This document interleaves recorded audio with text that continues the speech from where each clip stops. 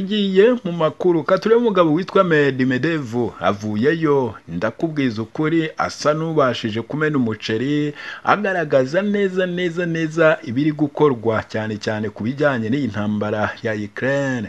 Neza ku matwi mu minota mike nkuramburira amwe mu magambo ye yabashije gutangaza ku munsi w'ejo nibyo yatangaje.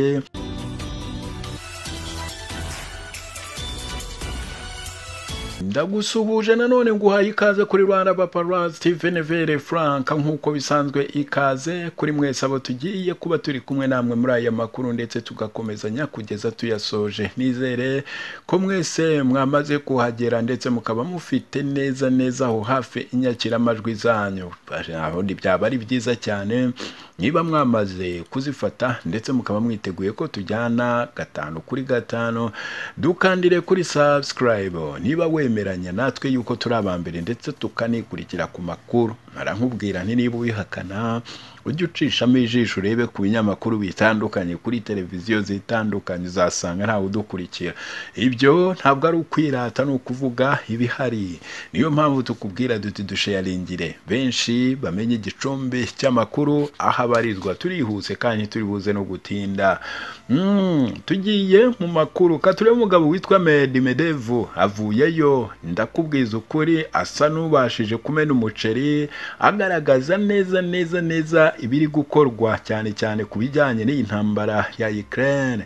Neza ku matwi mu minota mike nkuramburira amwe mu magambo ye yabashije gutangaza ku munsi w'ejo nibyo yatangaje nyuma yaho yaboneye yuko Ubwongereza bumaze gupakira depleted uranium noneho akabona n'imbunda zikomeje kurundwa muri kino gihugu cya Ukraine. Uwitwa Medvedev yagize ati ndashaka kubabwira yuko intambara y'isi ya gatatu irimo irakomanga ku muryango rwose wa Ukraine kandi niho ishobora guhera byanze bikunze. Ibi ndabibabwira ndashaka mubanze mubyumve neza ndetse munabyiteho. Ati umva rino jambo yakoresheje niba uri umunyabwenge uzabasha kumenya neza abazungu ngo niki nkurikira. Ati mwari muzi ari iyihe mpamvu Putin yafashe ibirwanisho bya nuclear akabijyana mu gihugu cya Belarus? Mwaba mubizi cyangwa ntabyo muzi? Niba mutabizi rero ubwo muri mu bujiji. Yewe ndashaka kubabwiza ukuri ibi byose kubikora turimo turabikora kubera ibyo abazungu bakomeje kugenda bakora barunda ibibunda bya karundura mu gihugu cya Ukraine. Yewe nta nubwo banafite ubu ngubu no kuba bashobora gufata imbunda za nuclear nkabo bakaba baziha umugabo witwa Zelensky kugira ngo azirindishe cyangwa se abe yanazikoresha muri iyi ntambara. Ndababwiza ukuri mwiyibagiza neza cyangwa mukanibagirwa yuko nuclear ku isi zose zibaho ziri muri kino gihugu cyacu cy'Uburusiya. Ni ibiki mutekereza? Ati nagize gutya njya kubona mbona Ubwongereza burimo bupakira depleted uranium kuyohereza mu gihugu cya Ukraine. Ati murumva hisi igeze muri kwibaza depleted uranium ubukanigira muratekereza nk'umurusi ukora ibirwanisho bya nuclear ufite ibirwanisho bya nuclear muratekereza tuzarebera gusa? Nibyo muri kwibwira muribeshye. Ndashaka kubabwiza ukuri yuko ibyo murimo mwibwira mwatangije ndetse mushaka gukora yuko mugomba kubyishyurira anytime byanze bikunze.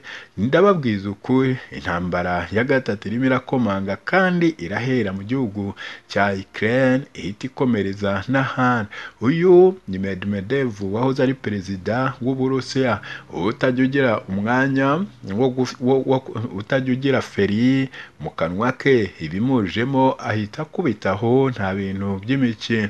Yagize ati ntabwo ndi kuvuga aya magambo ngo ndimo ndatera ubwoba isi, ahubwo ndimo ndibaza aba bantu biyibagije yuko bombe za nuclear cyangwa ibirwanisho bya nuclear ko bibarizwa iwacu mu Burusiya. Ni gute rero ushobora kuba uri gushaka guhangana n'igihugu gifite bombe za nuclear tutazi umubare? Niba wumva witeguye ndetse mushaka kureba ibiza gukurikira mukomeze mu bitega amaso. Ndababwiza ukuri muraza kubibona vuba na bwangu. Muraza kubona ko nakomeje kujya mbibabwira ariko ba nyir'ubwite ntibakomeze no kubiha agaciro, bagakomeza babiterera aho ntihagire n'icyo bashobora kuvuga bati ibi turimo turakora bishobora kuzatugiraho ingaruka. Medvedev yasoje yihanangiriza cyane Ubwongereza ndetse na Leta Zunze Ubumwe za Amerika ku migambi bakomeje gukora kugira ngo bakomeze kuzana ibirwanisho karundura muri kino gihugu cya Ukraine. Ngayo nguko, ndagushimiye nanone wowe twabanye, ndacyahari 5 kuri 5 nk'ukubitaho icyitwa amakuru.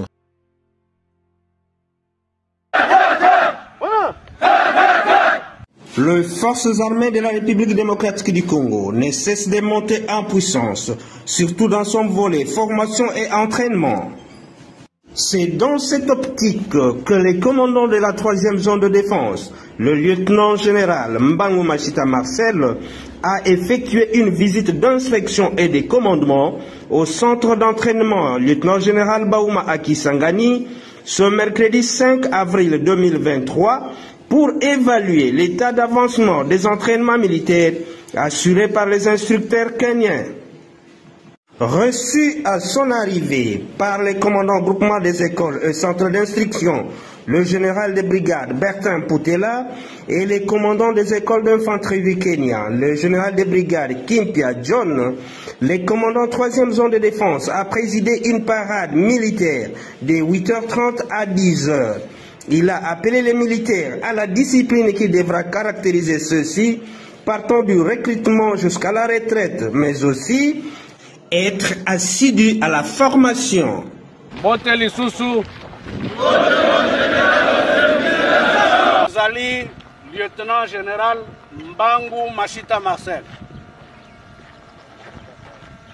Nazali, commandant de la 3e zone de défense. Tango bokomi awa boye baete eloko ya malonga oyo bokoki kosala poza la soda ya pikiliki ezali nde formation.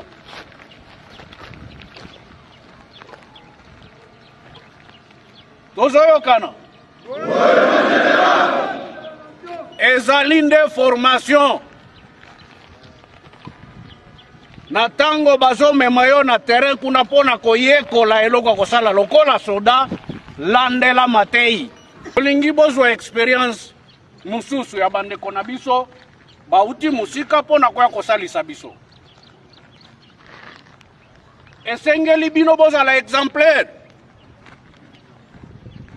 Bola kisabaninga na bino ke. Je viens d'être reçu par son Excellence VPM, ministre de la Défense nationale. Et tout d'abord, on a parlé de la situation à l'est de la RDC, puisque la Russie, en tant que membre permanent du Conseil de sécurité de l'ONU, est très préoccupée de la situation qui reste très tendue et surtout de l'activisme des groupes d'armées à l'est de la RDC. Et donc la Russie est prête à donner tout son aide, son concours à la RDC dans la lutte contre les groupes armés. Bien sûr que nous sommes vraiment très intéressés de la cessation d'activité de tous les groupes armés à l'est de la RDC et pour que la paix puisse être rétablie là-bas et surtout pour que la souveraineté de la RDC puisse être primordiale dans ce parti du pays. Oui, il y a un an, la Russie a octroyé une aide très importante à la RDC. Il s'agit d'un lot très important de l'arme et de la munition qui est utilisé actuellement par les FARDC à l'est et surtout dans le combat contre les groupes armés. Bien sûr que nous sommes très intéressés et on parle aussi de l'intérêt de la partie congolaise de la promotion de notre coopération militaire.